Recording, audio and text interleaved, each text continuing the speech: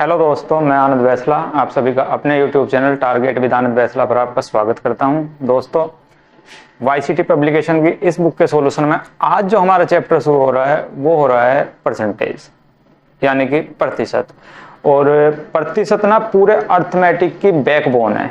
अगर प्रतिशत चैप्टर आपका बहुत अच्छा है तो आप अर्थमेटिक का कोई भी चैप्टर, चाहे वो आपका CISI हो, मिक्सचर एलिगेशन हो, परसेंटेज हो, रेशो हो, टाइम एंड स्पीड हो, सब कुछ सिर्फ यानी पूरा अर्थमेटिक ना एक तरह से परसेंटेज और रेशो के ऊपर ही डिपेंड है। रेशो को ही हम परसेंटेज में कन्वर्ट कर सकते हैं, परसेंटेज को ही रेशो में कन्वर्ट कर सकते हैं। तो मैं बोलना ये चाह रहा हूं बच्चे कि अगर आपकी परसेंटेज बहुत ही अच्छी है, परसेंटेज चैप्टर पर आपकी पकड़ बहुत अच्छी है, तो अर्थमेटिक आपके लिए चुटकियों का काम है। सिर्फ अर्थमेटिक में फिर आप कोई भी चैप्टर ऐसा नहीं है जो आपको थोड़ी बहुत भी प्रॉब्लम दे सके। तो अर्थमेटिक चैप्टर, अर्थमेटिक के अंदर परसेंटेज को समझना बहुत जरूरी है। जब तक हम परसेंटेज को अच्छी तरह से नहीं समझ में आएंगे, हम मैथ में अच्छा स्कोर नहीं कर पाएंगे। तो आज जो चैप्टर शुरू हो रहा है वो परसेंटेज से हो रहा है, और परसेंटेज की मेरी कुछ वीडियो, लगभग 12-13 वीडियो मेरी परसेंटेज की पहले पड़ी हुई हैं चैनल पर, प्ले लिस्ट में आप देख सकते हो। अगर आपने वो कंप्लीट वीडियो देख ली तो आप परसेंटेज में कोई भी क्वेश्चन हो, किसी भी एग्जाम का हो, ये नहीं कि आप रेलवे का, आप कोई भी A to Z कोई भी एग्जाम हो, उसको आप परसेंटेज का कोई भी क्वेश्चन आपसे कभी नहीं छूटेगा अगर आपने वो सारी की सारी वीडियो देखकर अच्छी तरह से उनके नोट्स वगैरह बना लिए। तो शुरुआत करते हैं परसेंटेज की, लेकिन क्वेश्चन शुरू करने से पहले कुछ यहाँ पर बेसिक्स हम परसेंटेज का देख लेते हैं। वैसे तो मैंने डिटेल में अपनी उन वीडियो के अंदर बता रखा है, लेकिन कुछ ना कुछ तो यहाँ पर भी हम देखेंगे, कुछ बेसिक इसका। उसके साथ साथ कुछ डिजिट सम का बेसिक भी यहाँ पर देखेंगे, क्योंकि परसेंटेज के अंदर डिजिट सम बहुत इंपॉर्टेंट रोल प्ले करता है। जब कैलकुलेशन ऐसी आ जाती है कि जहां पर हम फंस कर खड़े हो जाते हैं, समझ नहीं आता कि इस कैलकुलेशन को किस तरह से हम बहुत जल्दी सोल्व कर सकें, तो वहां पर हमारा डिजिट सम बहुत काम आता है। तो यहाँ पर थोड़ी हो सकता है कि ये वीडियो थोड़ी लंबी हो जाए, क्योंकि शुरुआत में कुछ कॉन्सेप्ट्स भी मैं यहाँ पर बताऊंगा आपको, और शुरुआत में कुछ डिजिट सम का कॉन्सेप्ट भी यहाँ पर बताऊंगा। लेकिन उसके बाद आप किसी भी क्वेश्चन में, कितना भी हार्ड क्वेश्चन हो परसेंटेज के अंदर, आप किसी भी क्वेश्चन में 20 से 25 सेकंड से ज्यादा आप क्वेश्चन में ले ही नहीं सकते। मैक्सिमम बेस्ट 20 सेकंड बेस्ट, इससे ज्यादा आप किसी भी क्वेश्चन में टाइम नहीं लोगे। और जो इजी क्वेश्चन है उनको तो आप देखते के साथ ही 2-3 सेकंड में उड़ा दोगे। लेकिन उस स्पीड तक पहुंचने के लिए पहले हमारे कुछ बेसिक्स कॉन्सेप्ट्स जो है वो हमारे क्लियर होने चाहिए। तो शुरुआत में थोड़ा बेसिक कॉन्सेप्ट्स के ऊपर बात करते हैं, उसके बाद हम क्वेश्चन लगाने शुरू करते हैं। तो समझते हैं सबसे पहले हम परसेंटेज को, कि परसेंटेज क्या है, जिसको हिंदी में बोलते हैं प्रतिशत। प्रतिशत प्रतिशत दो शब्द से मिलकर बना है, प्रति और शत। प्रति यानी कि प्रत्येक, और शत मीन्स 100, यानी कि किसी भी चीज की वैल्यू 100 के ऊपर निकाल के लेकर आना, यह है हमारा परसेंटेज। एग्जाम्पल के थ्रू समझते हैं कि सपोज करो किसी बच्चे के 600 नंबर में से 360 नंबर आ गए। 10th क्लास का कोई बच्चा है, क्योंकि 10th में 600 में से आते हैं, तो 10th क्लास का कोई बच्चा है, उसके 600 नंबर में से 360 नंबर आए हैं, और हमसे ये पूछने लगे कि 100 नंबर में उसके कितने परसेंट बन गए। तो परसेंट का मैंने बताया था कि परसेंट का मतलब है 100 पर कितने बने। तो अगर 600 पर 360 बने तो 100 पर कितने बने, ये हमें बताना है। तो यहां पर कुछ नहीं करना, 600 की वैल्यू अगर 360 है तो 100 की वैल्यू हमें निकालनी है कि 100 पर कितने बनेंगे। तो क्रॉस मल्टीप्लाई कर दो, 100 ऊपर पहुंच जाएगा और 600 नीचे आ जाएगा। 2 जीरो से 2 जीरो काट दो, 6 छंगा 36, आंसर आ जाएगा आपका 60%। यानी कि हम कह सकते हैं कि अगर उसको 600 में से 360 अंक मिले हैं तो उसको कितने परसेंट अंक मिले हैं, 60% अंक मिल गए हैं। जैसे कि और दूसरे कुछ उदाहरण ले लेते हैं। मान लेते हैं एक लड़के को 25 नंबर में से 20 नंबर मिले हैं। 25 में से कितने मिल गए उसको? 20 अंक उसको मिल गए।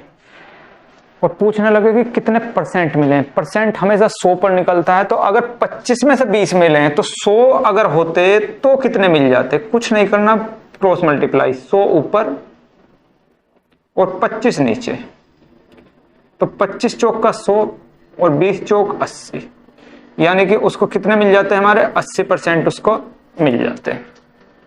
ये बात हो गई परसेंटेज की, यानी कि किसी भी नंबर या किसी भी डिजिट की वैल्यू 100 के ऊपर निकालना कि 100 के ऊपर उसकी वैल्यू कितनी होगी। इसके बाद चलते हैं हम कुछ और बेसिक्स पर, जैसे कि इसको मिटा देते हैं भैया।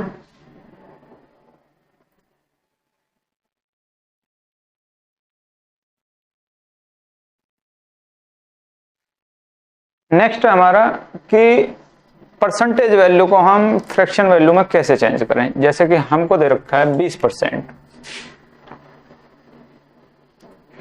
और 20% को हमसे कहने लगे कि इसको आप फ्रैक्शन वैल्यू में चेंज करिए कि इसकी फ्रैक्शन वैल्यू भिन्न में वैल्यू क्या होगी। तो जब भी हम परसेंटेज का साइन हटाते हैं तो नीचे 100 से भाग कर देते हैं, तो 20 एकम 20 और 20 पंजे 100, यानी कि 20% की जो वैल्यू आएगी वो कितनी आ जाएगी? 1/5 आ जाएगी। किसी भी परसेंटेज वैल्यू को अगर हमें फ्रैक्शन में चेंज करनी है बच्चे, तो हमेशा उसको 100 से भाग कर दीजिए। जैसे कुछ और एग्जाम्पल ले लेते हैं। हमसे कहने लगे कि 5% को फ्रैक्शन में चेंज करिए, तो 5 बटा क्या कर देंगे? 100 कर देंगे। सिंप्लीफाई करेंगे तो 5 एकम 5, 5 दूनी 10, आंसर आ जाएगा 1/20। तो 5% की जो फ्रैक्शन वैल्यू होगी वो 1/20 होगी। अब इसको फ्रैक्शन में लेकर आने का फायदा क्या है? क्यों हम इतना वो कर रहे हैं कि इसको फ्रैक्शन में बदल रहे हैं? तो इसका बहुत फायदा है। इसका फायदा क्या है वो देख लेते हैं कि 20% बराबर 1/5 है। तो इस 1/5 का मतलब क्या हुआ कि अगर कोई संख्या हमारी 5 है तो उसका जो 20% होगा वो कितना होगा? 1 होगा। कहने का मतलब ये है, फ्रैक्शन में चेंज करने का फायदा ये होता है कि जैसे मैंने 20% को फ्रैक्शन में चेंज किया 1/5, तो इस 1/5 का मतलब क्या है कि 5 का जो 20% होगा वो क्या होगा? 1, यानी कि फ्रैक्शन में चेंज करने के बाद जो नीचे संख्या आती है वो हमारी मूल संख्या कहलाती है। मूल संख्या। ऊपर जो संख्या आती है ये हमारा प्रतिशत रिजल्ट कहलाती है।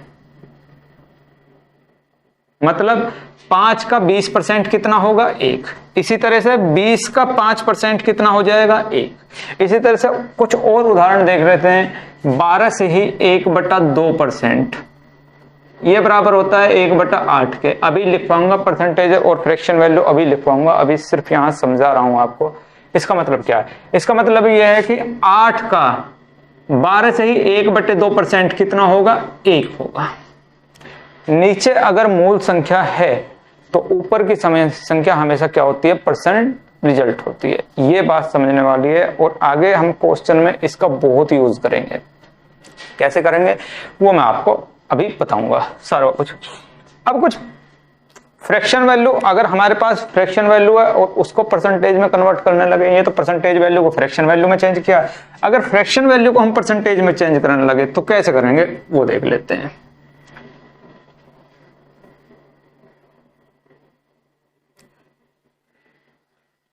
मेरे पास है 1/4 और इसको मुझे परसेंटेज में कन्वर्ट करना है फ्रैक्शन को। तो जब भी परसेंटेज में कन्वर्ट करना हो तो मल्टीप्लाई 100 कर दीजिए, तो काट देंगे तो कितने बार कट जाएगा? 25 बार। तो आंसर कितना आ जाएगा? 25%। मुझे फ्रैक्शन वैल्यू 1/10 परसेंटेज में कन्वर्ट करनी है, तो मल्टीप्लाई कर दीजिए 100 से 10, तो इसका मतलब क्या है हमारा? 10%। तो इस तरह से हम फ्रैक्शन वैल्यू को परसेंटेज में भी कन्वर्ट कर सकते हैं। कब यूज होगा? क्वेश्चन के अंदर। जैसे सोल्व करते करते हमारा आंसर आ गया 1/4 फ्रैक्शन के अंदर, तो फिर मुझे डायरेक्ट जो है पता है कि 1/4 की वैल्यू परसेंटेज के अंदर कितनी होती है? 25%। तो 1/4 आते के साथ ही मैं टिक कर दूंगा डायरेक्ट एकदम 25%। यहां पर अगर मैं 1 सेकंड भी बचा पाता हूं तो बहुत बड़ी बात है, ठीक है ना।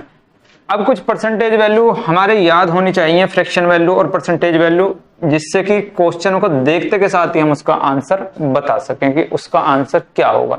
अब जैसे कि कुछ परसेंटेज वैल्यू और फ्रैक्शन वैल्यू देख लेते हैं। जैसे कि 1 का मतलब होता है 100%, 1/2 का मतलब होता है 50%, 1/3 का मतलब होता है आपका 33 से ही 1/3%, 1/4 का मतलब होता है 25%, 1/5 का मतलब होता है 20%, इसी तरह से 1/6 का मतलब होता है 16 से ही 2/3%, 1/7 का मतलब होता है 14 से ही 2/7%, 1/8 का मतलब होता है 12 से ही 1/2%, 1/9 का मतलब होता है 11 से ही 1/9%, 1/10 का मतलब होता है 10%, 1/11 का मतलब होता है 9 से ही 1/11%, 1/12 का मतलब होता है, अच्छा एक चीज और, ये परसेंटेज वैल्यू कैसे आ रही है, तो अभी मैंने आपको फ्रैक्शन वैल्यू से परसेंटेज वैल्यू कन्वर्ट करना सिखाया था। जैसे कि 1/2 ही हमको परसेंटेज वैल्यू में कन्वर्ट करना है, तो गुणा क्या कर देंगे 100, यानी कि 2 को 100 से भाग कर देंगे तो 50, यहाँ 100 से गुना होगी तो 3 को 100 से भाग करेंगे तो 33 से 1/3%, यहाँ 100 हो जाएगा क्योंकि मल्टीप्लाई 100 से करेंगे, तो 100 को 4 से भाग करेंगे तो कितना आ जाएगा 25%। इसी तरह से 1/12 का अगर मैं परसेंटेज वैल्यू बताऊं तो बेसिकली रूप से यहाँ करना क्या है, 12 को किससे भाग करना है 100 से, तो 12 पंजे 60, 12 6 72, 12 7 54, 12 8 96, कितने बच जाएंगे ऊपर 4 और नीचे 12, और एक बार और सिंप्लीफाई कर देंगे तो कितना आ जाएगा 8 से ही 1/3%। तो इस तरह से हम इसको निकाल रहे हैं, इस तरह से हम इस क्वेश्चन को इनको निकाल रहे हैं। मैं यहाँ पर आपको लिखवा रहा हूं, ये आपको याद होनी चाहिए जिससे कि बार बार आपको निकालनी ना पड़े, लेकिन जब हम क्वेश्चन करते रहते हैं लगातार तो ये रट जाती हैं ऐसी की ऐसी। तो कोई इनमें इतना एफर्ट भी नहीं करना है कि हमको बहुत ज्यादा एफर्ट करके इनको याद करना है, तो ऐसा कोई एफर्ट भी यहाँ पर हमको नहीं करना है। 1/15, 6 से ही 2/3%, 1/20 5%, 1/40 2 से ही 1/2%। बस ये मेन से हैं जो आपको बार बार पेपर के अंदर मिलेंगे, क्वेश्चंस के अंदर मिलेंगे, तो ये आपके याद होनी चाहिए। तो इतनी परसेंटेज वैल्यू तो आपके याद होनी चाहिए। इसके बाद ये तो हो गया बेसिक बात परसेंटेज की। अब बात करते हैं हम थोड़ा डिजिट सम के बारे में, क्योंकि इस चैप्टर के अंदर डिजिट सम बहुत इंपॉर्टेंट रोल निभाएगा आपकी कैलकुलेशन के अंदर। आप अगर नॉर्मली कैलकुलेशन करोगे तो टाइम ज्यादा लोगे, और अगर आपका डिजिट सम कॉन्सेप्ट्स पता है तो आप बहुत ही कम उसमें टाइम लेने वाले हो। डिजिट सम कॉन्सेप्ट्स के लिए देख लेते हैं कुछ बातें, और उसके बाद क्वेश्चन अपने शुरू कर देंगे।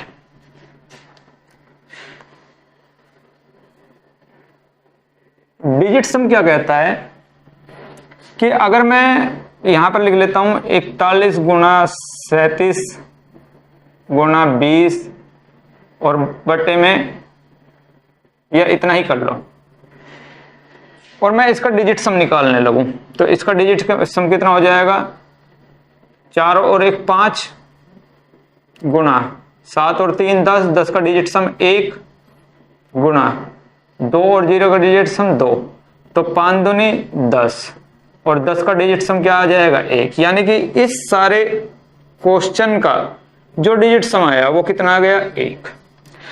अब जो एक्चुअल में इसका आंसर होगा, यानी कि इन सब की गुणा अगर हम करेंगे और जो भी आंसर आएगा उसका भी डिजिट सम 1 ही होगा। यकीन ना हो तो गुणा कर लेते हैं भाई, थोड़ी मैंने टफ ले ली कैलकुलेशन, लेकिन चलो ठीक है। 41 दूनी 82, तो इन दोनों की तो गुणा कितनी हो गई 820, और इसमें 37 की गुणा और कर दो भाई, तो 7 0 0 7 दूनी 14 और 8 7 56 और 1 57, मल्टीप्लाई 3 0 0 3 दूनी 6 और 8 3 24, तो 0 4 7 और 6 13 का 3 का 5 4 9 और 1 10 की 0 2 और 1 3, तो इनकी जो मल्टीप्लाई आई है वो क्या है, ये 3 0 3 4 0। अगर मैं इसका डिजिट सम निकालूं तो इसका डिजिट सम भी कितना आएगा, 1 ही आएगा। यकीन ना हो तो देखो, 4 और 3 7 और 3 10, डिजिट सम कितना आ गया 10, और एक बार और जोड़ देंगे तो क्या आ जाएगा 1। यानी कि इधर भी डिजिट सम 1 है और इधर भी डिजिट सम 1 है। कहने का मतलब यह है कि किसी भी कैलकुलेशन में अगर हम कैलकुलेशन कर रहे हैं तो उस कैलकुलेशन का जो डिजिट सम आएगा उसके आंसर का भी डिजिट सम वो ही आएगा।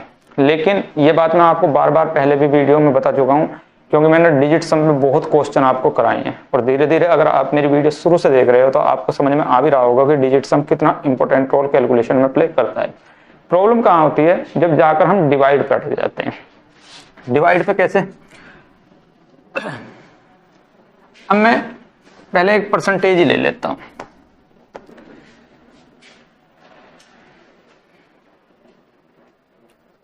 बीस का 5% में निकालता हूं, तो मैं यहां पर डिजिट सम देखता हूं कि कितना होगा। तो 5 दूनी 10, 1 आ जाएगा, और नीचे डिजिट सम क्या हो जाएगा 1 0 0 का डिजिट सम 1, यानी कि इसका डिजिट सम कितना हो जाएगा 1। और अगर मैं इसको सोल्व करूं तो 20 पंजे 100, 5 एकम 5, तो इसमें भी डिजिट सम कितना आ रहा है, यानी कि इनका डिजिट जोड़ दूं तो भी 1 ही आ रहा है डिजिट सम, और सोल्व करने के बाद भी डिजिट सम कितना आ रहा है 1 ही आ रहा है। कब, जब नीचे हमारा डिजिट सम कितना आ रहा था 1, लेकिन बाई चांस ऐसा हो जाए कि 20 गुणा 1/5 ये आ जाए, तो ऊपर डिजिट सम कितना हो जाएगा 2 और नीचे डिजिट सम कितना हो जाएगा 5। तो क्या हम कंप्लीट डिजिट सम लेके आ पाए, नहीं लेके आ पाए। तो यहां पर भाग में ये दिक्कत होती है कि जब नीचे डिजिट सम 1 ना हो तो हमें दिक्कत होती है कैलकुलेशन करने में। तो अगर 1 नहीं है तो क्या हम 1 बना सकते हैं, तो बिल्कुल बना सकते हैं। कैसे, कि इस 5 को हम 1 बना सकते हैं, बिल्कुल बना सकते हैं। कैसे, 2 से गुणा कर देते हैं, 2 से नीचे करी तो 2 से ऊपर, तो क्या आ जाएगा 4/10। अब ऊपर का डिजिट सम कितना आ गया 4 और नीचे का डिजिट सम कितना आ गया 1। और अगर भाग में डिजिट सम 1 है तो बहुत अच्छी बात है, क्योंकि उसका उस कैलकुलेशन पे कोई भी इफेक्ट नहीं पड़ेगा। लेकिन अगर भाग में 1 नहीं है तो उसका उस कैलकुलेशन पर बहुत ही बुरा इफेक्ट पड़ेगा और आप क्वेश्चन में फंस जाओगे। डिजिट सम आप इतने इजी से नहीं निकाल सकते।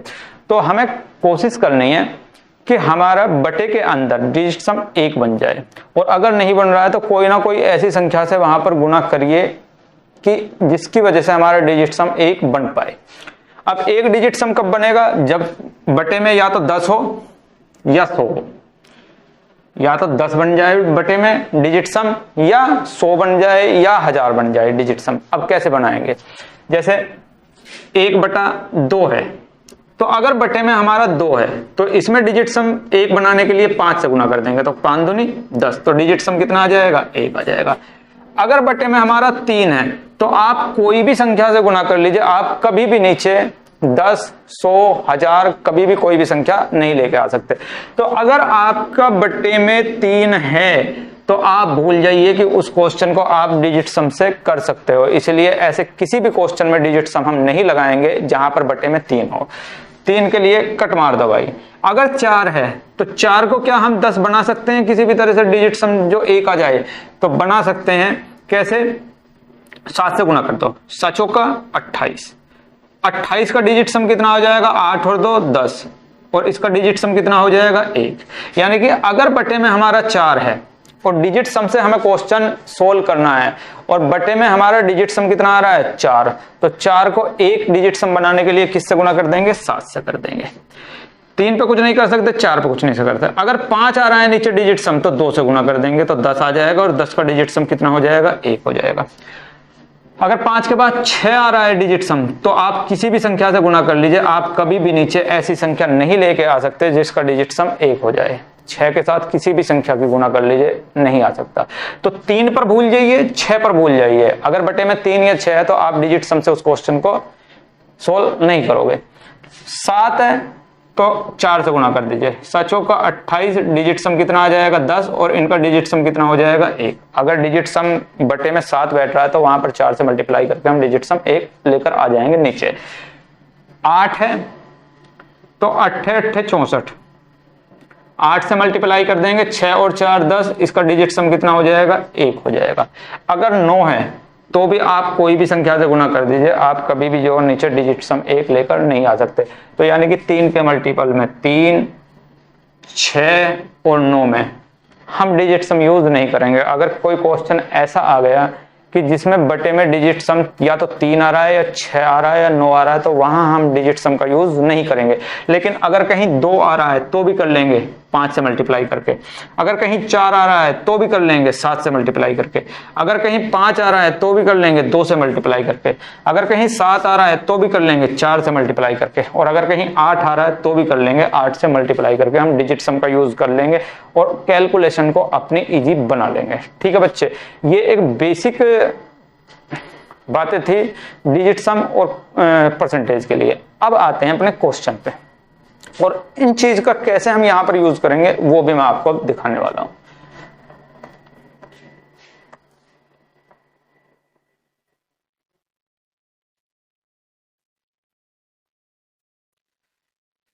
क्वेश्चन नंबर 1 देखिए आप, और 1 की कैलकुलेशन आपकी ऐसी आ जाएगी कि आप देखिए फिर डिजिट सम हमारा कितना अच्छा रोल प्ले करता है। यहां पर कह रहा है कि एक कस्बे की 5% जनसंख्या किसी महामारी में मृत्यु हो जाती है, मर गए भैया 5%, तो बची हुई जनसंख्या में से 8% डरपोक निकल गए, छोड़कर भाग गए शहर को।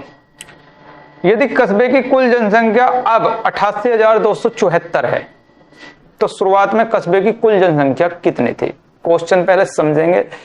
अगर मैं कुल जनसंख्या 100 ले लूं, कि मान लेते हैं कुल जनसंख्या कितनी थी हमारी 100, समझाने के लिए बोल रहा हूं, कैसे करेंगे इसको मात्र 2-3 सेकंड के अंदर, वो भी मैं आपको बताऊंगा।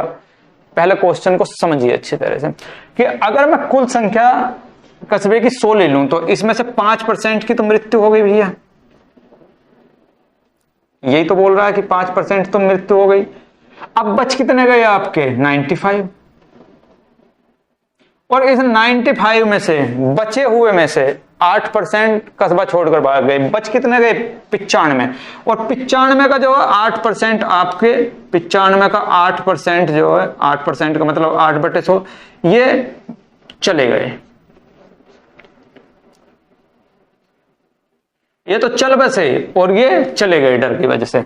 अब 95 का 8% अगर चले गए तो बच कितने रहे हैं, तो आप बोलोगे कि 95 का 92% तो बची रही हैं अभी। 95 के 8% ही तो छोड़ कर गए हैं, तो 95 का कितना 92% तो आपके बचे हुए हैं, यानी कि इतने व्यक्ति अभी वहां पर बचे हुए हैं। और इस यूनिट की वैल्यू ही कितनी दे रखी है आपकी, तो आप कहोगे 88,274 दे रखी है। इस यूनिट की वैल्यू कितने दे रखी है 88,274 दे रखी है। तो भाई निकालने किसकी है हमें को 100 यूनिट की। अगर इस यूनिट की वैल्यू इतनी है तो एक यूनिट की वैल्यू कितनी हो जाएगी, तो आप कहोगे कि भाई 88,274 को भाग कर देंगे इस संख्या से, यानी कि 95 गुना 92 और 100 पहुंच जाएगा ऊपर। जब पेपर के अंदर ऐसी कैलकुलेशन आ जाती है तो दिमाग काम करना बंद कर देता है और क्वेश्चन हमको बहुत हार्ड लगने लगता है कि क्वेश्चन बहुत ज्यादा हार्ड है, करेंगे। लेकिन जैसे ही 95 हमने नीचे देखा, तो 95 नीचे देखते के साथ ही हमारे दिमाग में 19 आना चाहिए कि यार ये संख्या 19 से जरूर कट जाएगी, क्योंकि 95 हमारा 19 से कटता है। तो भाई 19 से काट लो इसको, 19 पंजे 95 और 19 से इसको काटेंगे तो 19 चौक 76, कितना बच जाएगा आपके 12 122, तो 19 छिक्का 114, कितने बच जाएंगे आपके 8, और 19 चौक 76 कितने बच जाएंगे 11, और 19 छिक्का 114, कट गया पूरा 40। मुझे 19 की टेबल याद है इसलिए मुझे इजी लगा, लेकिन जब पेपर में बैठते हैं, मैं दोबारा बोल रहा हूं, जब पेपर में बैठते हैं ना तो दिमाग काम करना बंद कर देता है ऐसी कैलकुलेशन देखकर। तो यहां पर डिजिट सम का कॉन्सेप्ट हम कैसे यूज करेंगे वो मैं आपको बताने वाला हूं, और ये मैं एक तरह से आपको डिटेल बता रहा हूं इसकी। इसको मात्र 2 सेकंड में कैसे करेंगे, 2 से 3 सेकंड में किस तरह से करेंगे वो भी मैं आपको बताऊंगा। इस टाइप का क्वेश्चन, बस बने रहिए। फिर 5 से इसको मल्टीप्लाई कर भाग कर दीजिए भाई, 5 दूनी 10 20, यानी कि 1 यूनिट की वैल्यू जो आ गई आपकी 46 गुणा 20 आ गई। और अभी नीचे 92 भी बचा हुआ है, तो 23 से काट लो भाई, 23 दूनी 46, 23 दूनी 46 और 23 चौका 92 और 4 से इसे काट लो, 4 पंजे 20 और इसकी गुणा इसमें कर दो, 5 दूनी 10 और 0 और 5 दूनी 10। तो 1 यूनिट की वैल्यू आ गई आपकी 110। आपको निकालने किसकी है, 100 यूनिट की वैल्यू, तो मल्टीप्लाई कर दो इसमें 110 की, तो 2 0 और इसके पीछे चिपका देंगे भैया 1 2, तो आपका आंसर ये आ जाएगा। यानी कि ऑप्शन नंबर आपका कौन सा, सॉरी यार कहीं गड़बड़ हो गई क्या, यहाँ पर हो गई थी, क्या है भाई, 5 दूनी 10 की 0 1, 5 दूनी 10, 1 0 कम आएगी, तो ये 10 10 आएगा, तो आपका आंसर आ जाएगा ये। यानी कि ऑप्शन नंबर आपका कौन सा ठीक हो जाएगा, बी ऑप्शन आपका इस क्वेश्चन के लिए ठीक हो जाएगा। ये थी एक समझाने वाली बात। इसको डिजिट सम से कैसे सोल्व करेंगे और इसको मात्र 1 से 2 सेकंड में कैसे सोल्व करेंगे वो भी देख लेते हैं। इसको मिटा देते हैं भैया।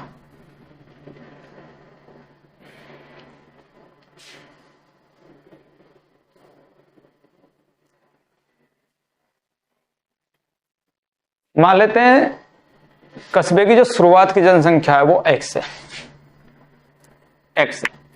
इसमें से 5% छोड़कर चले गए, छोड़कर जाने वाले के लिए जा रहे हैं तो माइनस लगा दो, इसको फ्रैक्शन में चेंज करेंगे तो 1/20, यानी कि अगर टोटल 20 आदमी थे तो उनमें से एक छोड़कर चला गया तो बच कितने गए यहां पर, 19, किस में से, 20 में से। अब इतने व्यक्ति यहां पर बचे हुए हैं। अब इसके 8% फिर चले गए, इसके 8% डर से भाग गए, 8% फिर चले गए, तो इसको फ्रैक्शन में चेंज करेंगे तो 8/100, 4 दूनी 8 और यहां पर 25, यानी कि अगर टोटल 25 थे तो उसमें से 2 छोड़कर चले गए तो बच कितने गए आपके, 23 और बटा 25, इतने व्यक्ति बचे हुए हैं। लेकिन इतने व्यक्ति न बचकर बच कितने रहे हैं आपके, 8 8 2 7 4, ये व्यक्ति बचे हुए हैं। इसको सोल्व करेंगे फिर वही प्रॉब्लम आएगी 19 और 23 के, यहां पर जब हम कैलकुलेशन करेंगे तो 19 और 23 की टेबल में फिर प्रॉब्लम आने वाली है। अब यहां से आगे मैंने आपको करके भी दिखा रखा है कि किस तरह से होगी कैलकुलेशन, कि 19 से इसको काट लेंगे, कितना बार कट जाएगा, 40 बार, फिर 23 से काटेंगे 202 आ जाएगा, फिर इसकी 25 दूनी 50 की उसमें मल्टीप्लाई करेंगे तो आंसर आ जाएगा। लेकिन यहाँ पर डिजिट सम का यूज कैसे करेंगे वो मैं आपको बताने वाला हूँ। अब इधर का डिजिट सम देखिए कितना हो जाएगा, इसका डिजिट सम 9 और 1 10, तो 1 आ गया, यहाँ पर 3 और 2 5, तो इसका डिजिट सम कितना आ गया, 5, तो x गुणा 5 ऊपर तो बटे नीचे 5 और 2 7 आ गया यहाँ पर, और इसका डिजिट सम कितना है 2 और 7 दूनी 14, और 14 का डिजिट सम कितना आ गया, 4 और 1 5 आ गया, कटकर कितना आ जाएगा 1, यानी कि x गुणा 1 बराबर, इधर डिजिट सम कितना है, जहां 7 9 बन रहा है उसको काट दो, क्योंकि 9 को आप काउंट करिए या मत करिए डिजिट सम पर उसका कोई भी फर्क नहीं पड़ने वाला है। तो 7 और 2 9, ये तो खत्म, 8 8 16 और 4 20, और 20 का डिजिट सम कितना आ जाएगा आपका, हो गया कि 2, तो इधर डिजिट सम कितना आ रहा है 2, इधर डिजिट सम कितना आ रहा है 1, तो x की जगह क्या वैल्यू रख दूं कि ये 2 बन जाए, तो आप बताओ कि x की जगह 2 ही रखना पड़ेगा, क्योंकि 2 की जब इसमें मल्टीप्लाई होगी तभी तो 1 आएगा, सॉरी जब भी तो 2 आएगा, तो x की वैल्यू क्या आएगी, 2 आएगी, यानी कि जो भी आंसर होगा उसका डिजिट सम कितना होगा, 2 होगा। अब ऑप्शन नंबर ए देखिए, ए आपका दे रखा है 1 2 1 6 0 0, डिजिट सम देखिए 6 2 8 और 1 9, ये तो खत्म, तो डिजिट सम कितना आ गया 1, नहीं चल सकता क्योंकि डिजिट सम कितना चाहिए हमको 2। ऑप्शन नंबर 2 देखिए 1 0 1 0 0 0, डिजिट सम कितना आ गया 1 और 1 2, आंसर हो सकता है। 3 देखिए 9 9 8 0 0, 9 9 को तो खत्म करो, इसका डिजिट सम कितना आ गया 8, ये आंसर नहीं हो सकता। 4th पे आ जाइए 8 4 5 0 0, 5 और 4 9 खत्म करो, डिजिट सम कितना आ गया 8, ये आंसर नहीं हो सकता। तो ए के आंसर ऐसा था जिसका डिजिट सम कितना था 2, और इस क्वेश्चन में डिजिट सम 2 वाला ही क्या हो जाएगा, हमारा आंसर हो जाएगा। तो इस तरह से अगर हम डिजिट सम देखेंगे तो हम 19 और 23 की टेबल की इसकी कैलकुलेशन में हम पढ़ेंगे ही नहीं, और बिना इसकी कैलकुलेशन में पढ़े हुए हम आंसर बता देंगे। समझाने के लिए था। अब आगे हम थोड़ी अब स्पीड पकड़ेंगे भाई, क्योंकि वीडियो हो जाएगी नहीं तो बहुत ज़्यादा लंबी, और मैं लंबी वीडियो बनाना नहीं चाहता बिल्कुल भी। मैं चाहता हूं कि कम से कम समय में आपको ज़्यादा से ज़्यादा कंटेंट दे सकूं। क्वेश्चन नंबर 2 आ जाइए। एक गांव की जनसंख्या 18,000 से बढ़कर, शुरुआत में 18,000 थी और इससे बढ़कर कितनी हो गई 22,500, तो कितने परसेंट बढ़ गई ये बताना है। तो भाई इन 2 जीरो से तो ये 2 जीरो काट दो, तो 180 से 225 हो गई, यानी कितने बढ़ गए 45 बढ़ गए। किस पर 180 पर, तो 100 पर कितने, तो यहाँ इस जीरो से ये जीरो काट दीजिए, 9 पंजे 45 और 9 दूनी 18 और 2 से काट देंगे 5, तो 5 पंजे 25% आ जाएगा। तो आपका आंसर हो जाएगा 25%, यानी कि ऑप्शन नंबर ए ठीक हो जाएगा। क्वेश्चन नंबर 3 पर चलिए। एक शहर की आबादी में लगातार 2 वर्षों में 10%, 20% की वृद्धि हुई, किंतु तीसरे वर्ष में इसमें 25% की कमी हुई। तीसरे वर्ष में जनसंख्या और 3 वर्ष पूर्व की जनसंख्या का अनुपात ज्ञात कीजिए। पहले साल कितनी बढ़ रही है 10%, फ्रैक्शन में चेंज करेंगे तो 1/10, यानी कि पहले साल अगर 10 थी तो 1 बढ़कर कितनी हो गई 11। दूसरे साल में कितनी बढ़ रही है आपकी 20%, 20% को फ्रैक्शन में चेंज करिए तो 1/5, यानी कि 5 थी तो 1 बढ़कर अब कितनी हो गई 6। तीसरे साल में बढ़ रही है तो प्लस लगा लो भाई, घटेगी तो माइनस कर लेंगे। तीसरे साल में 25% घट गई, माइनस कर लो, फ्रैक्शन में चेंज करेंगे तो 1/4, यानी कि अगर 4 जनसंख्या थी तो 1 कम होकर अब कितनी रह गई 3 रह गई। तो अब रेशो निकाल लीजिए। कोई ऐसी संख्या है जो दोनों तरफ से कट रही हो तो क्या होगी, इसको सिंप्लीफाई कर सकते हैं, यहां पर 2 और यहां पर 3 आ जाएगा। अब कुछ भी सिंप्लीफाई नहीं हो सकता। 10 पंजे 50 दूनी 100, ये कितना आ जाएगा 100, 11 तिया 33 3 99, तो रेशो कितने आ जाएंगे 100 और 99। लेकिन यहाँ एक चीज आप ध्यान रखिए, 2 ऑप्शन ऐसे दे रखे हैं, एक 100 और 99 है और एक 99 और 100। तो आप यहाँ पर ये देखिए कि एक्चुअल में क्वेश्चन में पूछ क्या रखा है। तो पूछ रहा है कि तीसरे वर्ष में जनसंख्या, तीसरे वर्ष में जनसंख्या कितनी है 99, और 3 वर्ष से पूर्व जनसंख्या यानी कि 100, तो रेशो आपके आएंगे 99 गुना 100। ये आप लैंग्वेज ध्यान रखना पेपर के अंदर भी कि एक्चुअल में रेशो किस किस वर्ष के पूछ रहा है। तो इसका आंसर हो जाएगा 99 रेशो 100, यानी कि ऑप्शन नंबर बी ठीक हो जाएगा। नेक्स्ट क्वेश्चन पे आओ भाई। 3 के बाद क्वेश्चन नंबर 4 पर। एक शहर की 62% जनसंख्या शिक्षित है। अगर टोटल 100 व्यक्ति हैं तो उसमें से 62 कितने हो गए हमारे शिक्षित हो गए, तो अशिक्षित कितने रह गए, तो आप कहोगे कि 38% रह गए भाई। और कह रहा है कि अशिक्षित लोगों की संख्या 24,567 है, यानी कि 38% की जो वैल्यू है वो कितनी है 24,567 है, 24,567 है। तो पूछ रहा है कि शिक्षित लोगों की संख्या कितनी है, तो शिक्षित कितने हैं हमारे 62%।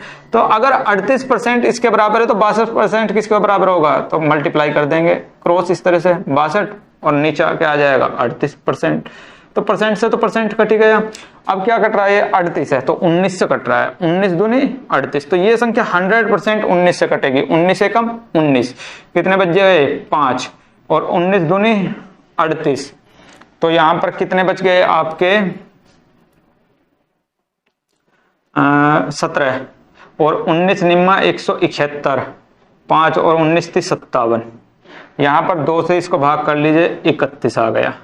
3 एकम 3, यानी कि जिसका यूनिट डिजिट 3 होगा वो आंसर आ जाएगा। तो 3 यूनिट डिजिट सिर्फ, अच्छा 2 ऑप्शन ऐसे हैं जिनमें यूनिट डिजिट 3 है, तो 2 अंक निकाल लीजिए। 2 अंक निकालने के लिए 12 93 को 31 से 2 ही अंक तक बस गुणा कर लीजिए। यहाँ 3 यहाँ 9, यहाँ 3 तिया 9, तो 3 9 9 18, यानी कि जिसके लास्ट में 83 आएगा। तो 83 किसके लास्ट में, एक ही ऑप्शन है, ऑप्शन नंबर डी इसके लिए ठीक हो जाएगा। अगर इसको हम यूनिट डिजिट से करते तो क्या यूनिट डिजिट से कर सकते थे, बिल्कुल कर सकते थे। कैसे करेंगे वो देख लीजिए। यहाँ पर 38 है, ये 38 कर लीजिए भाई। इसको खत्म करो, इसको खत्म करो, इसको खत्म करो। यूनिट डिजिट से देखते हैं किस तरह से करेंगे इस क्वेश्चन को। इसका यूनिट डिजिट निकालिए, 5 और 4 9, ये तो खत्म। 7 और 2 9, ये खत्म। तो इसका यूनिट डिजिट कितना आ गया? 6। और यहाँ 6 और 2 8, और 8 छंग 48, और 48 8 और 4 12, 12 में 2 और 1 3। तो यूनिट डिजिट ऊपर कितनी आ गई? 3, नीचे 8 और 3 11, 11 यूनिट डिजिट कितनी आ जाएगी? 11 की 2। और जब भी 2 आ जाएगी तो इसको 1 बनाने के लिए मैंने बताया था कि 5 से मल्टीप्लाई यहाँ भी करेंगे और 5 से मल्टीप्लाई यहाँ भी कर देंगे। तो 5 दूनी 10 और 5 तिया 15, यानी कि लास्ट में हमारी यूनिट डिजिट क्या आ गई? यूनिट डिजिट बोल रहा है, डिजिट सम कितना आ गया? ऊपर 15 और नीचे 5 दूनी 10। ऊपर का यूनिट डिजिट कितना आ गया? 6। नीचे का कितना आ गया? 1, यानी कि 6। यानी कि आंसर ऐसा होगा जिसका डिजिट सम कितना होगा? 6 होगा। अब ऑप्शन नंबर ए देखिए, 8 और 1 9, खत्म कर दो भाई। 4 3 7 और 2 9, खत्म। यानी कि पहले ऑप्शन का 9 आ रहा है डिजिट सम, ये आंसर नहीं हो सकता। दूसरा 6 4 10 और 6 16, 16 और 5 21, 21 में 2 और 1 3, दूसरे का डिजिट सम कितना आ रहा है? 3, ये भी आंसर नहीं हो सकता। तीसरा 6 और 3 9, खत्म करो। 8 8 16, 16 और 5 21, 2 और 1 3, डिजिट सम कितना आ गया? 3, ये भी खत्म करो। और फोर्थ में देखो 8 और 3 11 और 4 15, 15 में 5 और 1 6, डिजिट सम कितना आ गया? 6, यानी कि ऑप्शन नंबर डी इसमें ठीक हो जाता है। इस तरह से भी हम इसको कर सकते थे कैलकुलेशन से, अगर बचना है तो। फोर्थ पे आ जाइए, क्वेश्चन नंबर 4 के बाद 5th पे आ जाइए। 2 वर्ष बाद एक शहर की जनसंख्या कितनी हो जाएगी जो वर्तमान में 12 लाख है और वृद्धि की दर 4% है? यानी कि पहले साल वो 4% बढ़ेगी, दूसरे साल भी कितनी बढ़ेगी? 4% बढ़ेगी। तो 4 और 4 के 2 साल के लिए मैं इफेक्टिव परसेंटेज अगर निकालने लगूं तो उसके लिए फॉर्मूला होता है a plus B plus a गुना बी और अपॉन 100। 2 साल की इफेक्टिव परसेंटेज निकालने के लिए फॉर्मूला ये हो जाएगा। रख दो भाई, यहां पर a भी 4 है, b भी 4 है, तो 4 प्लस 4 गुना 4 और बट्टे 100, 4 और 4 8.16, 8.16 बढ़ जाएगी। 2 साल में टोटल जनसंख्या कितनी बढ़ जाएगी? 8.16% बढ़ जाएगी। तो अगर शुरुआत में 100% थी तो 8.16% और बढ़कर कितनी हो जाएगी? 108.16% हो जाएगी टोटल जनसंख्या 2 साल बाद। तो ये 108.16 किसकी होगी? कितनी थी शुरुआत में जनसंख्या? तो आप कहोगे कि शुरुआत में 12 लाख की थी, तो 12 लाख का डायरेक्ट कितना निकाल लेते हैं? 108.16, 12 लाख का 1 2 3 4 5 का 1.8% निकालेंगे तो नीचे आ जाएगा 100। ये पॉइंट हटाएंगे तो 2 जीरो और आ जाएंगे, तो ये यहां पर 4 जीरो से ये 4 जीरो कट जाएंगे। 12 6 72 का 2 का, 12 एकम 12 और 7 19, 12 अट्ठे 96 और 1 97, 9 और 12 एकम 12, तो 12 9 7 9 2, 12 9 7 9 2 जीरो, जीरो भी आएगी भाई, ये जीरो रह जाएगी, ये जीरो। तो ऑप्शन नंबर ए ही ठीक हो जाएगा इस क्वेश्चन के लिए। चलो भाई नेक्स्ट पर। तो अगर किन्हीं 2 साल में एक ही जैसी या अलग अलग भी परसेंटेज निकल रही हैं तो उनके हमको इफेक्टिव परसेंटेज निकालनी है, तो a plus B plus a गुना बी से बटे 100 से भी हम इफेक्टिव परसेंटेज 2 साल के लिए 2 साल के लिए कितनी होगी वो भी हम निकाल सकते हैं। नेक्स्ट क्वेश्चन पे आ जाओ भाई। क्वेश्चन नंबर 5 हो गया ना ये। क्वेश्चन नंबर 6 पे आ जाओ। एक शहर की आबादी 5% प्रतिवर्ष की दर से बढ़ रही है। यदि शहर की वर्तमान आबादी 18 52 20 है तो 1 साल पहले उस शहर की आबादी कितनी थी? तो 5% की दर से बढ़ रही है। 5% को अगर फ्रैक्शन में चेंज करोगे तो 1/20, यानी कि अगर पिछले साल 20 थी तो इस साल कितनी हो गई? 21 हो गई। और 21 ना होकर 21 यूनिट ना होकर दे कितने रखी है? कितनी हो गई है? 18 52 और 20। तो अगर 21 यूनिट की वैल्यू इतनी है तो निकालनी क्या है हमें? 20 यूनिट की वैल्यू, 1 साल पहली वैल्यू निकालनी है। तो 1 साल पहले 20 थी तो 20 यूनिट की वैल्यू कितनी हो जाएगी? बटा 20 और अपॉन 21, क्रॉस मल्टीप्लाई कर देनी है बस।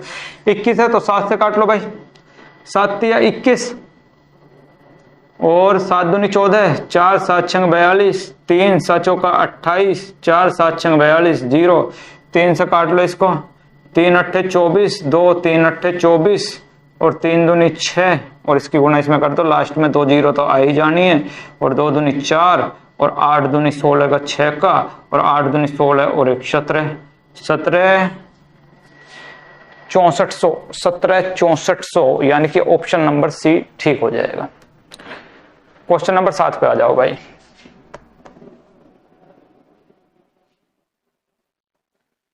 एक शहर की जनसंख्या 8000 है।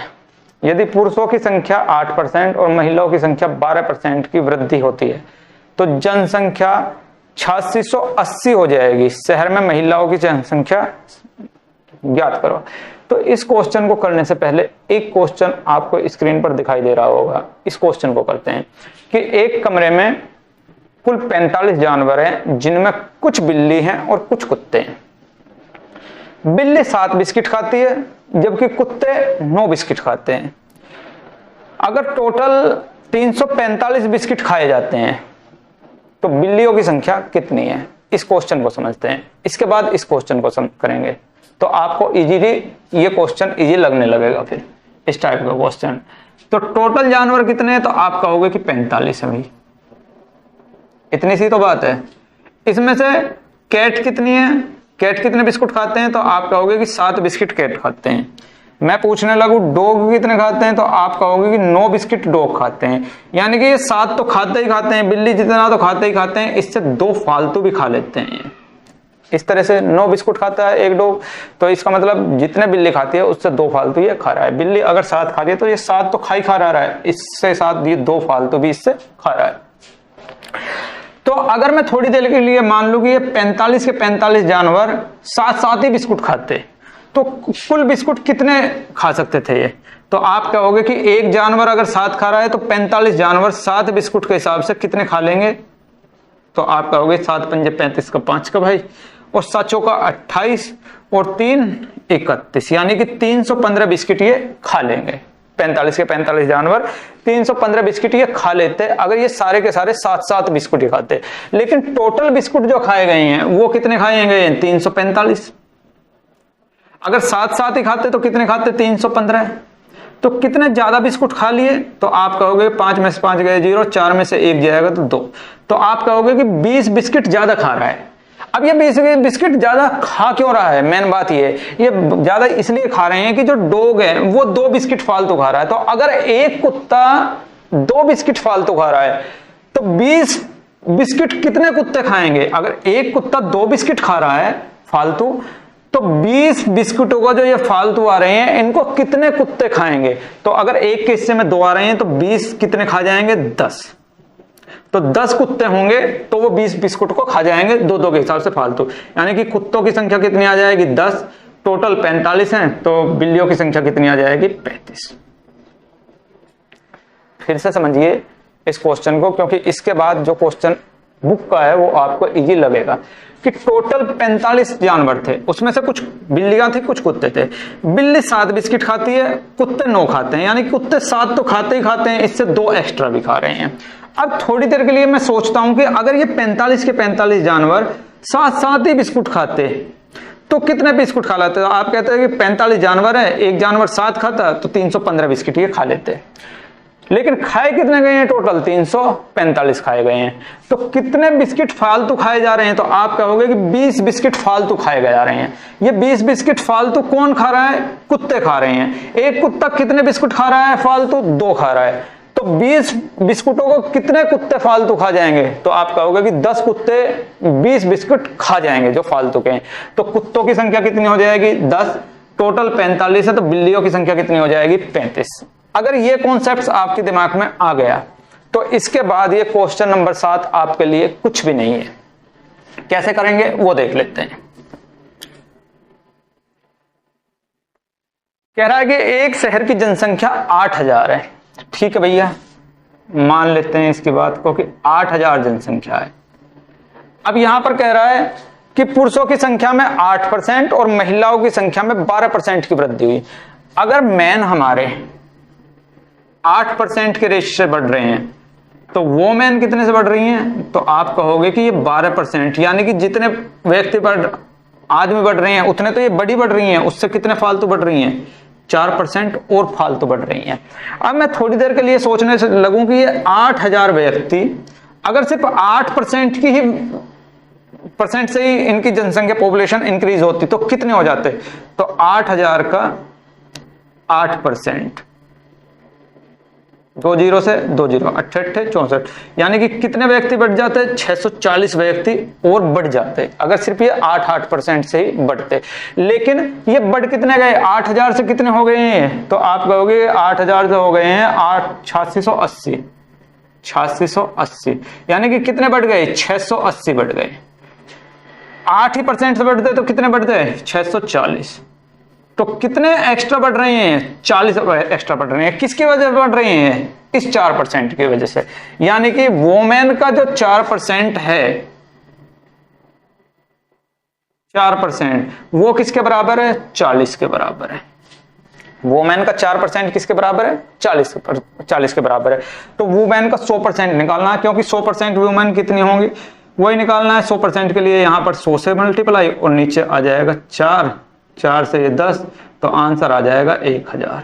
यानी कि वोमेन कितनी है आपकी, 1000 है। तो मैन की भी अगर संख्या पूछने लगे तो टोटल 8000 है, इसमें से 1000 वुमेन है, तो मैन कितने हो जाएंगे, 7000 हो जाएंगे। लेकिन आपसे सिर्फ वुमेन की संख्या पूछ रखी है, तो वुमेन की कितनी हो जाएगी, 1000 हो जाएगी। यानी कि आपका ऑप्शन नंबर डी इस क्वेश्चन के लिए ठीक हो जाएगा। नेक्स्ट क्वेश्चन पर आ जाइए, 7 के बाद 8 पर।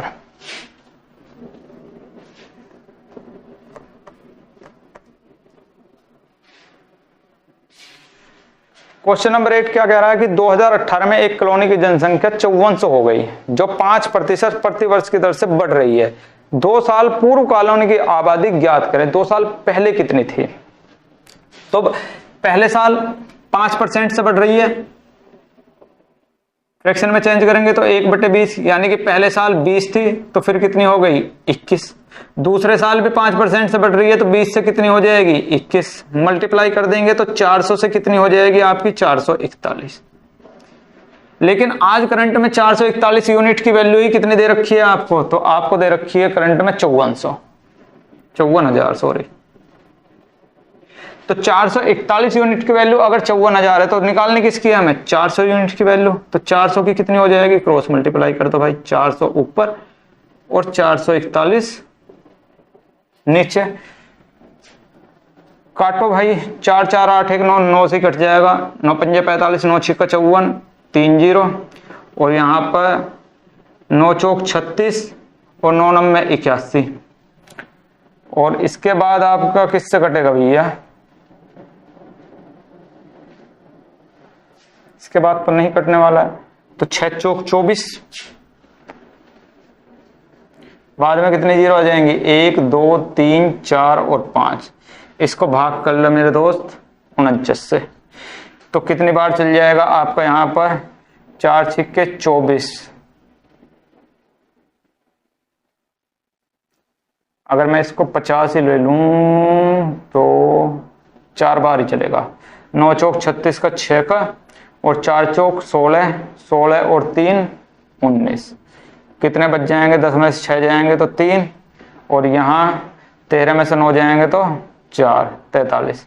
उतार लेंगे 1 0 और 9 8 72 का 2 का, और 8 चौक 32 32 और 7 39। 10 में से 2 जाएंगे तो 8, 12 में से 9 जाएंगे तो 3। यानी कि आंसर ऐसा हो जाएगा जिसके शुरुआत में 48 होगा। और आपका एक ही ऑप्शन ऐसा है, बी ऑप्शन, जिसके शुरुआत में 48 है। यानी कि इस क्वेश्चन के लिए बी ऑप्शन बिल्कुल ठीक हो जाएगा। नेक्स्ट क्वेश्चन पे आ जा मेरे दोस्त।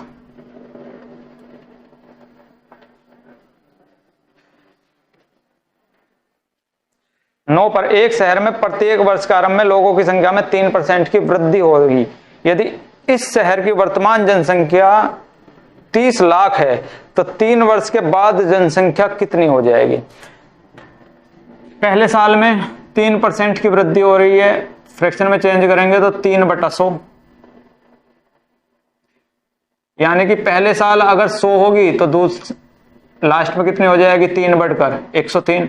दूसरे साल के शुरुआत में 100 होगी तो दूसरे साल में 100 से कितनी हो जाएगी 103। तीसरे साल में भी 100 होगी तो कितनी हो जाएगी 103। यानी कि 100 की क्यूब, अगर आज 100 की क्यूब है तो 3 साल बाद कितनी हो जाएगी 103 की क्यूब। और इस 100 की क्यूब की ही वैल्यू कितनी दे रखी है, आज की जनसंख्या कितनी दे रखी है 30 लाख।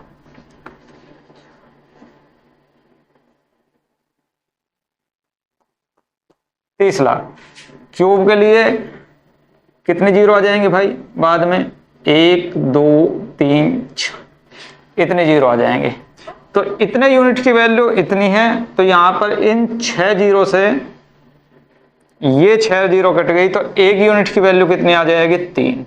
अगर 1 यूनिट की वैल्यू 3 है तो हमें 103 की क्यूब बतानी है कि कितनी हो जाएगी। तो इसमें मल्टीप्लाई कर देंगे 3 और जो भी आंसर आएगा वो हमारा आंसर आ जाएगा। लेकिन यहां पर पंगा क्या फंस गया कि यहां पर 103 की क्यूब हमें निकालनी है। तो एक छोटा सा पॉइंट यहां पर क्यूब निकालने के लिए भी कि किसी भी संख्या के क्यूब हम कैसे निकालते हैं वो भी हम देख लेते हैं। जैसे मुझे 103 की क्यूब, या पहले सॉरी मैं यहां एक छोटा नंबर ले लेता हूं। जैसे मुझे 12 की क्यूब निकालनी है कि 12 की क्यूब क्या होगी। वैसे तो आप अगर कंपटीशन के दौर में हो तो आपको सबको पता होगा कि 1728 होती है 12 की क्यूब। 12 की क्यूब कितनी होती है 1728। लेकिन थोड़ी देर के लिए सोचते हैं कि हमको नहीं पता कि 12 की क्यूब क्या होती है। तो पहले नंबर की क्यूब कीजिए, 1 की क्यूब क्या आ जाएगी 1। दूसरे नंबर की क्यूब कीजिए, 2 की क्यूब क्या आ जाएगी 8। तो जो भी दूसरे नंबर की क्यूब आएगी उसको 3 अंक में लिखेंगे। तो 2 की क्यूब क्या हो जाएगी हमारी 3 अंक में 008, इस तरह से लिखेंगे।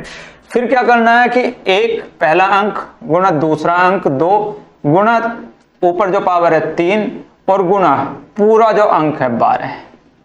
1 की गुना 2 में करेंगे, फिर 3 में करेंगे और फिर सारे की मल्टीप्लाई में कैसे पूरे नंबर की मल्टीप्लाई कर देंगे 12 से। तो 3 दूनी 6 और 12 6 का 72, तो कितना आ जाएगा 72। तो पहले अंक को छोड़कर इस 72 को आगे लिख दीजिए और अब जोड़ दीजिए बस 8 2 7 1। तो 12 की जो क्यूब आ जाएगी वो कितनी आ जाएगी 1728 आ जाएगी।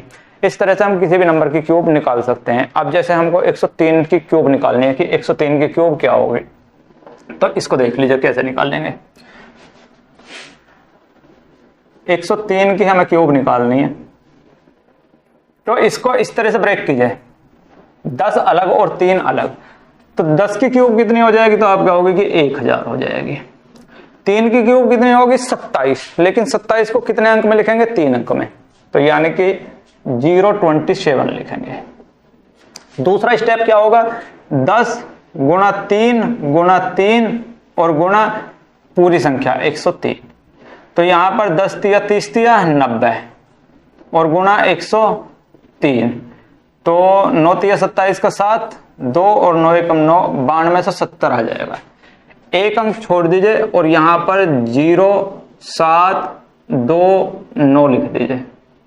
तो ये 7 2 7 2 9 0 1 ये आ गई किसकी हमारी 103 की क्यूब। और इसी में 103 की क्यूब कितने आ गई 10922727। और इसमें कितने यूनिट की गुणा करनी है, क्योंकि यहां पर 1 यूनिट की वैल्यू कितनी आई है 3, तो 3 से और मल्टीप्लाई कर देंगे। तो 7 तिया 21, 3 दूनी 6 और 2 8, 7 तिया 21, 3 दूनी 6 और 2 8, 9 तिया 27 और 3 एकम 3। तो आंसर आ जाएगा 32 78 181। 32 78 181, ऑप्शन नंबर सी यहां पर ठीक हो जाएगा। नेक्स्ट क्वेश्चन पे आते हैं, क्वेश्चन नंबर 10।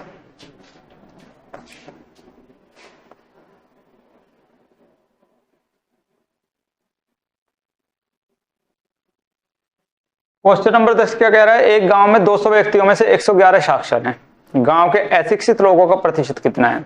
अगर 200 व्यक्ति टोटल हैं और इसमें से 111 साक्षर हो गए तो ऐसे कितने व्यक्ति हो गए जो साक्षर नहीं है? 89। कितने में से टोटल? 200 में से। तो 100 पर कितने? 2 जीरो से 2 जीरो काट दो, 2 चौका 8, 2 चौका 8 और 2 पंजे 10। तो ऐसे व्यक्तियों की संख्या कितनी आ जाएगी? 44.5%। यानी कि ऑप्शन नंबर बी यहाँ पर ठीक हो जाएगा। क्वेश्चन नंबर 6 पे आ जाइए, 11 पर आ जाइए। 11 में देखिए, किसी स्कूल में लड़कों और लड़कियों की संख्या का अनुपात 3 और 2 है, यानी कि बॉयज अगर 3 है तो गर्ल कितनी आ गई आपकी? तो आप कहोगे कि 2 हो गई।